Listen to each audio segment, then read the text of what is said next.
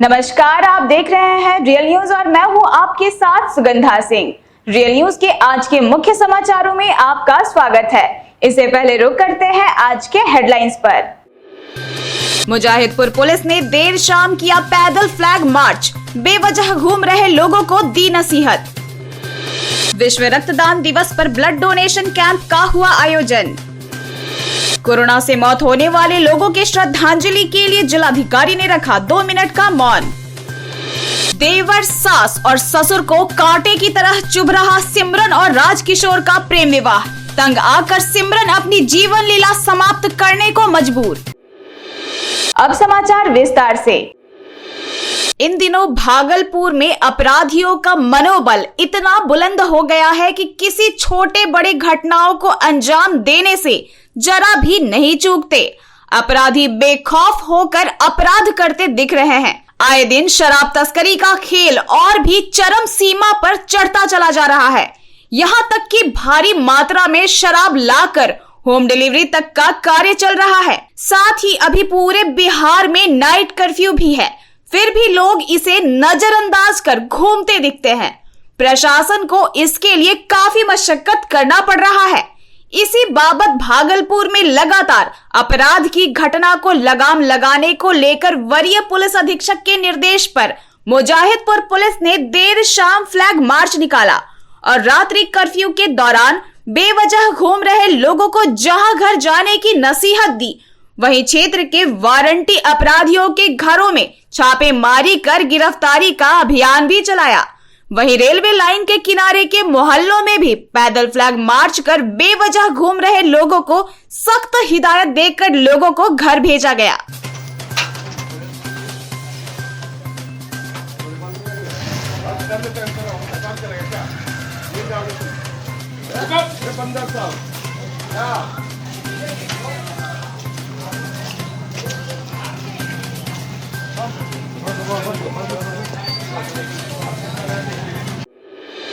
विश्व रक्तदान दिवस के मौके पर भागलपुर के नया बाजार स्थित मोती मातृ सेवा सदन में रक्तदान शिविर का आयोजन किया गया।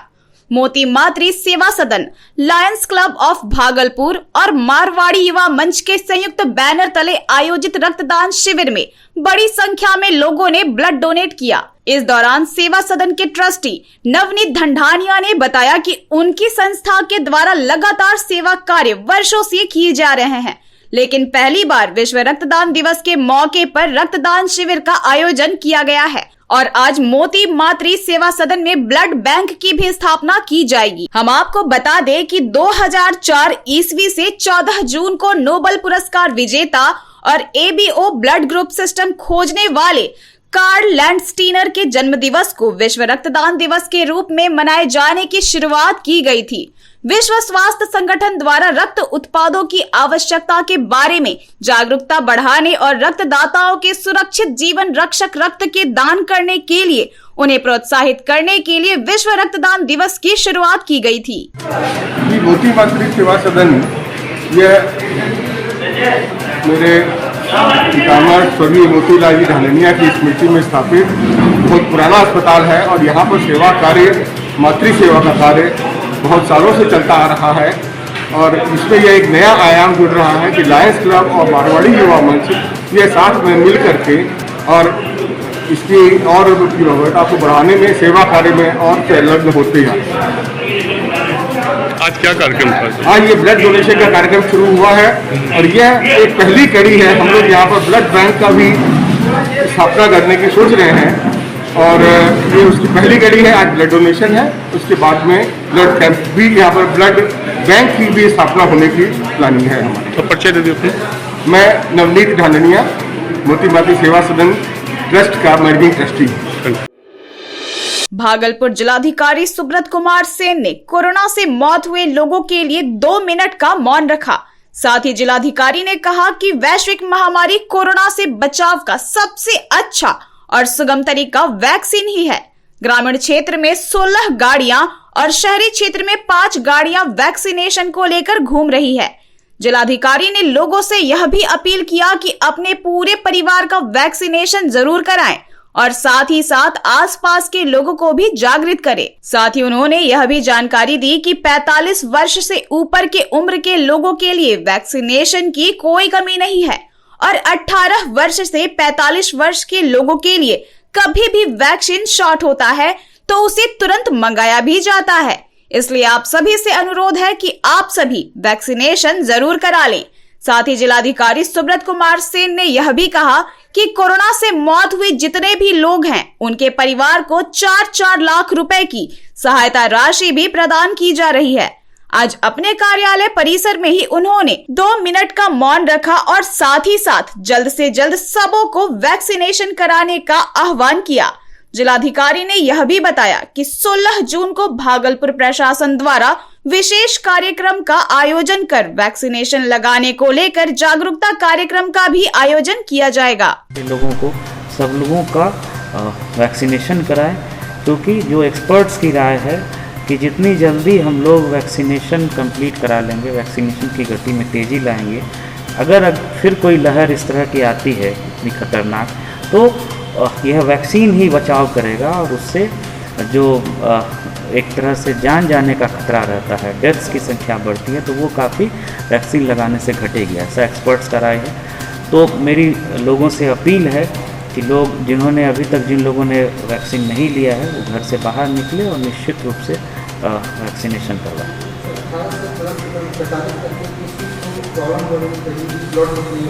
नहीं, देखिए, वैक्सीन को लेकर के बीच बीच में कभी समस्या हो जाती है। 18 से 44 में, 45 साल से ऊपर में तो पर्याप्त संख्या में वैक्सीन है, काफ़ी वैक्सीन है। 18 से 44 में अभी 2 दिनों से नहीं था, लेकिन आज हम लोगों को मिलने वाला है और आगे हम लोग उम्मीद कर रहे हैं कि अब जो है 18 से 44 में भी वैक्सीन की सप्लाई की समस्या नहीं होनी चाहिए। तो 18 से 44 में जैसे जैसे वैक्सीन आता है उस हिसाब से सेशन साइट हम लोग डिसाइड करके और लोगों का वैक्सीनेशन कराते हैं। लेकिन 45 प्लस में काफ़ी संख्या में वैक्सीन अवेलेबल है, तो जो भी लोग, और काफ़ी लोग अभी 45 प्लस के छूटे हुए हैं, तो ऐसे लोग जिन्होंने अभी तक वैक्सीन नहीं लिया है, उनकी उम्र 45 साल से ज़्यादा है, अपने निकटवर्ती केंद्र पर जाएं।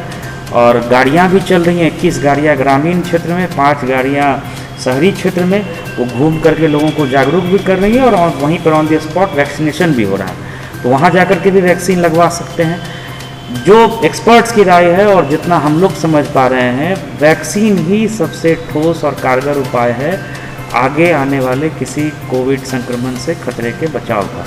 तो सभी लोगों को बढ़ चढ़ करके इसमें भाग लेना चाहिए और जो आसपास के लोग अगर किसी तरह का उनमें भ्रम है तो उसको दूर कराने में भी वो लोग सहयोग करें और अपने परिवार का और आसपास के लोगों का, बार बार मैं रिपीट कर रहा हूँ कि आसपास के लोगों को भी प्रेरित करना है, ताकि अगर पूरा गांव सुरक्षित होगा तभी वहाँ का कोई परिवार, कोई व्यक्ति जो है, सब लोग अपने को सुरक्षित महसूस कर सकता है। एक तरफ जहां सरकार नारी सशक्तिकरण की बात करती है तो वहीं दूसरी तरफ नारी को कितनी प्रताड़ना झेलनी पड़ती है यह बयां कर रहा है खुर्द लोदीपुर की एक कहानी। खुर्द लोदीपुर की लड़की सिमरन और लड़का राजकिशोर ने 2016 में प्रेम विवाह किया।